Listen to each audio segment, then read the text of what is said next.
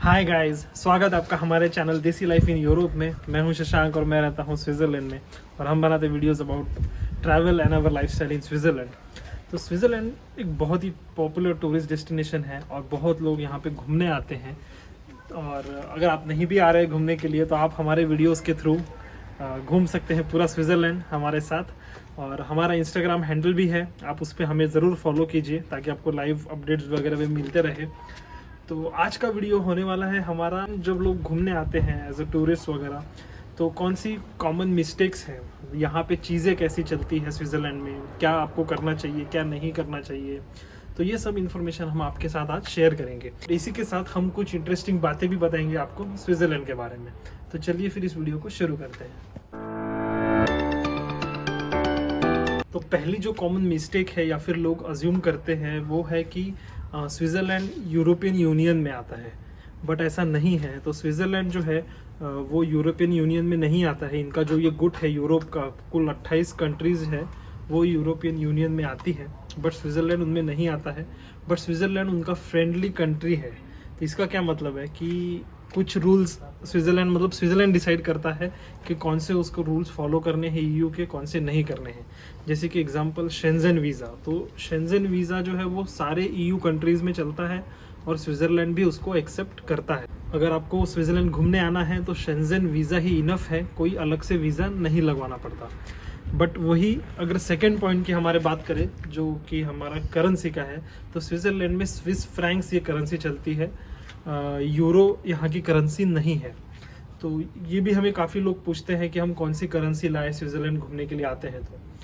तो इस पे हम कहना चाहेंगे कि आप अपने साथ स्विस फ्रैंक्स जो यहाँ की करेंसी है वो ज़रूर लेके आएँ, क्योंकि यहाँ पे यूरोस कुछ कुछ जगह पे चल जाता है, एक्सेप्ट कर लेते हैं, लेकिन फिर आपको वो चीज़ थोड़ी महंगी पड़ेगी क्योंकि फिर जो एक्सचेंज रेट वगैरह वो लगाएंगे वो इतना सही नहीं होगा। तो पहले से ही स्विट्ज़रलैंड इतना महंगा है, ऊपर से आपको एक्सचेंज रेट भी लगाएंगे तो चीज़ काफ़ी महंगी पड़ेगी। तो उससे अच्छा है कि आप अपने साथ कुछ स्विस फ्रैंक्स लेके आएँ। बाकी अगर आपके पास इंटरनेशनल क्रेडिट कार्ड वगैरह है तो वो तो हर जगह चलते ही है यहाँ पे, तो वो एक अच्छा ऑप्शन है। बट हाँ, अपने साथ कुछ स्विस फ्रैंक्स की करेंसी भी रखिए पहले से। तो नेक्स्ट पॉइंट है हमारा कपड़ों की पैकिंग इन स्विट्ज़रलैंड। मतलब स्विट्ज़रलैंड के लिए कौन से कपड़े अपन लेके जाए। तो बहुत लोगों को ऐसे लगता है कि स्विट्ज़रलैंड है तो ठंडी रहेगी, हमेशा यहाँ ठंडी होती है करके, बट यहाँ पे ऐसे नहीं होता है। यहाँ पे जो वेदर है वो बहुत चेंज होते रहता है और सीज़न वाइज चेंज होता है और सीज़न वाइज आपको कपड़े चूज़ करने पड़ते हैं। तो उस पर हमने एक डिटेल्ड वीडियो बनाया है, तो आप वो चेकआउट कर सकते हो। तो उससे आपको पूरी क्लैरिफिकेशन आ जाएगा कि आपको कौन से महीने में आप आ रहे हो और वेदर कैसे रहेगा और आपको कपड़ों की पैकिंग कैसी करनी है। और कपड़े अगर आप अच्छे लेके आते हो उस वेदर के हिसाब से तो आपकी ट्रिप भी अच्छी हो जाती है। तो कृषि अभी उठ गया है अभी तक वो सोया था तो अभी वो उठ गया। अभी इसके साथ अपन नेक्स्ट पॉइंट्स करेंगे। तो नेक्स्ट हमारा पॉइंट है वो है ट्रैवल एडाप्टर के बारे में। तो अगर आप यहाँ पे आते हो ना तो यहाँ 3 पिन चार्जर्स जो होते हैं वो अलग टाइप के होते हैं। मतलब इंडिया से तो डिफरेंट है ही, बट बाकी यूरोपियन कंट्रीज से भी डिफरेंट यहाँ के होते हैं। मतलब जर्मनी का अलग एडाप्टर रहेगा और फ्रांस का अलग। तो ये सब अलग अलग लाने से अच्छा है कि एक ही ट्रैवल एडाप्टर लेके आइए। वो यूनिवर्सल ट्रैवल एडाप्टर मिलता है तो वो अच्छा होता है, तो वो लेके आइए। और इनके सब भूलते हो कि एडाप्टर लेके आना, तो यहाँ पे भी मिलते हैं, यहाँ पे भी ले सकते हैं, बट ऑब्वियसली ये बहुत महंगे होते हैं, तो इस वजह से आप लेके आइए तो सही रहेगा। तो अगला पॉइंट है हमारा टिकट बुकिंग के बारे में। तो जब यहाँ पे टिकट बुक करते हैं तो काफ़ी सारे ऑप्शंस होते हैं, जैसे कि हाफ फेयर कार्ड का ऑप्शन, उसके बाद कौन सी class, first class, second class, उसका ऑप्शन। तो कंफ्यूज हो जाते हैं लोग, कई बार गलत टिकट बुक कर बैठते हैं। तो यहाँ पे ना एक कंसेप्ट है हाफ फेयर कार्ड की। तो जो लोग यहाँ पे लंबे टाइम के लिए रहते हैं फिर वो एक साल भर का हाफ फेयर कार्ड खरीद सकते हैं, जिससे कि सारे जो टिकट्स के कॉस्ट है वो हाफ हो जाते हैं। तो वो हाफ फेयर कार्ड का ऑप्शन है। और दूसरा होता है क्लास का। तो यहाँ फर्स्ट क्लास और सेकंड क्लास, ऐसे 2 क्लास होते हैं ट्रेन में। तो टिकट बुक करते वक्त आपको करेक्ट ऑप्शन सिलेक्ट करना है। अगर आपके पास हाफ फेयर कार्ड है तो हाफ फेयर कार्ड करेंगे तो 50% डिस्काउंट हो जाएगा। और क्लास भी सेकंड क्लास सस्ता होता है, फर्स्ट क्लास ऑब्वियसली थोड़ा सा महंगा होता है। तो इसलिए टिकट बुक करते वक्त ये खास ध्यान रखिए। ऐसा नहीं है कि आपको लगेगा नहीं तो डिस्काउंट है भाई, कम दिख रही है टिकट, कुछ 50% दिख रही है तो वो बुक कर ले वगैरह, तो वो थोड़ा ध्यान से करिए। और इसके लिए टिकट बुकिंग के लिए हमेशा SBB ऐप हम भी यूज़ करते हैं। वो एकदम करेक्ट इन्फॉर्मेशन भी दिखाता है, ट्रेन टाइमिंग्स, शेड्यूल वगैरह वो सब, क्योंकि यहाँ पे सब कुछ एकदम टाइट शेड्यूल पे चलता है। एकदम ट्रेन्स भी जो है वो एकदम टाइम पे आती है, टाइम पे छूटती है। तो उसके लिए SBB का ऐप है, वो सबसे बढ़िया ऐप है। तो गाइस अभी हम थोड़ा बाहर निकल गए हैं क्योंकि कृषि थोड़ा क्रैंकी हो रहा था घर में, तो सोचा बाहर चलते हैं, और वेदर भी बहुत सुहाना हो रहा था। तो अगला हमारा पॉइंट है संडे का। तो संडे स्विट्ज़रलैंड में ना रेस्ट डे माना जाता है, और संडे को मैक्सिमम चीज़ें सब क्लोज्ड होती है। ग्रॉसरी स्टोर, सारे शॉपिंग के मॉल्स बोलिए या कोई भी शॉप्स बोलिए, संडे को मैक्सिमम चीज़ें बंद होती है। इसलिए आप कुछ भी ऐसा संडे को प्लान मत रखिए कि शॉपिंग करना है, सोविनियर्स वगैरह ख़रीदने हैं, तो वो पहले ही कर लीजिए। यूजुअली लोग क्या करते हैं कि संडे को उनकी रिटर्न फ़्लाइट होती है, तो सोचते हैं कि भाई शॉपिंग करेंगे, तो ख़रीद लेंगे जो ख़रीदना है, उसके बाद फ़्लाइट पकड़ के निकल जाएंगे।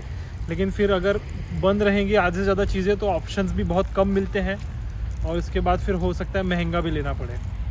और उसी को कंटिन्यूएशन में हमारे कुछ टिप्स भी है यहाँ पे कि अगर आपको सोविनियर्स वगैरह ख़रीदने हैं या फिर आपको स्विस चॉकलेट्स वगैरह ख़रीदने हैं, तो आप जो इनके बड़े बड़े स्टोर्स होते हैं ना, मिग्रोस, कूप, ये आपको घूमते घूमते दिख ही जाएंगे, हर चौक पे होते हैं।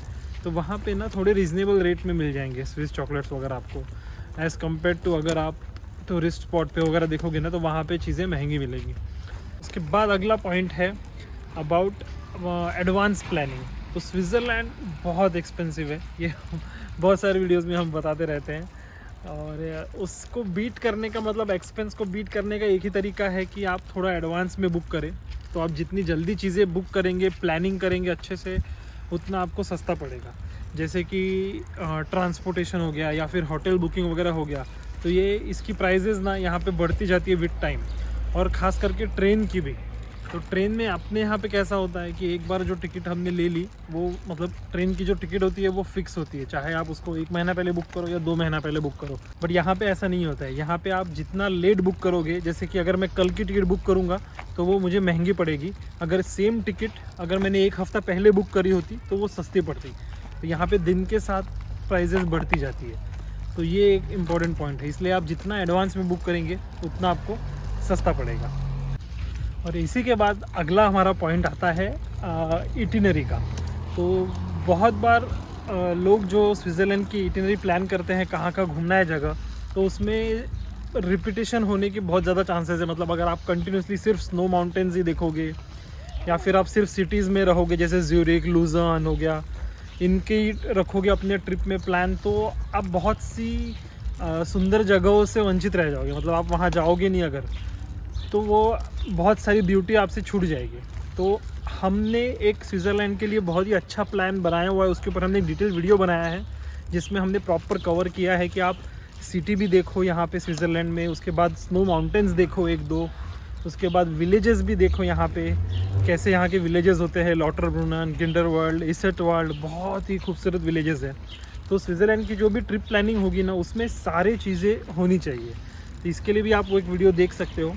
और ये पॉइंट हमने इसीलिए इंक्लूड किया क्योंकि बहुत सारे लोग हमें कमेंट करके पूछते भी है कि यार हम 2 दिन के लिए आ रहे हैं, हम 3 दिन के लिए आ रहे हैं, हम क्या क्या देखें, क्या ना देखें। और उसमें से 3 दिन में भी लोग फिर 3 स्नो माउंटेन्स करते हैं, तो वो थोड़ा हो सकता है रिपीटेटिव हो। तो इसलिए हमारा ये रिकमेंडेशन है कि आप सारे चीज़ों का एक ले, मतलब एक दिन आप टिटलिस माउंटेन पे जाएंगे तो दूसरा दिन आप लॉटरब्रूनन विलेज करिए, उसके बाद एक दिन लुज़र्न सिटी में दीजिए। तो इस तरह से सारा कवर होना चाहिए। तो ये एक इफ़ेक्टिव आपकी स्विट्ज़रलैंड की ट्रिप रहेगी। कृषु अभी मस्ती भी कर रहा है अच्छी। कृषु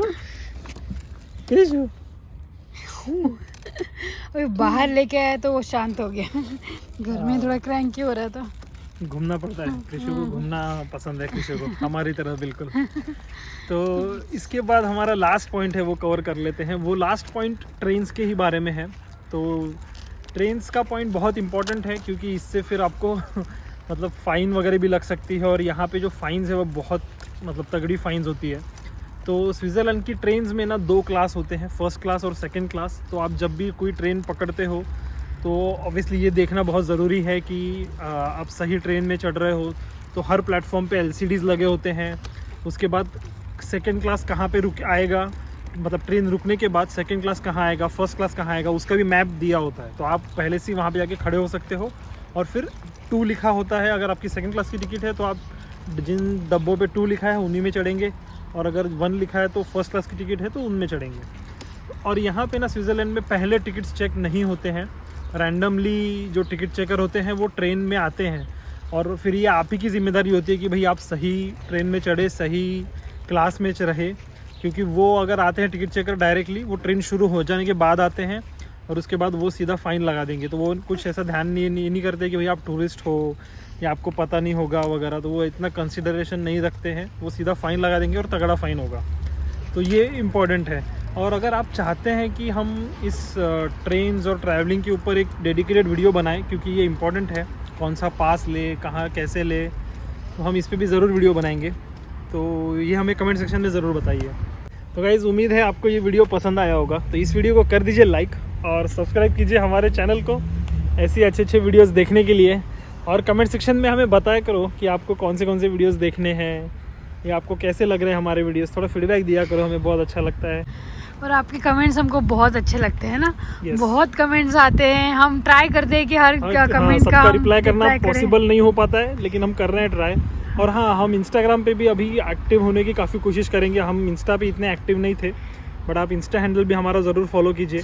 अब हम वहाँ पे भी हमारा एंगेजमेंट थोड़ा बढ़ाएंगे, और वहाँ पे हम ट्राई करेंगे कि डीएम्स का रिप्लाई करें और पोस्ट भी रेगुलरली करें, है ना कृष्ण? मिलते हैं ऐसे नई वीडियो के साथ। Till then bye and take care.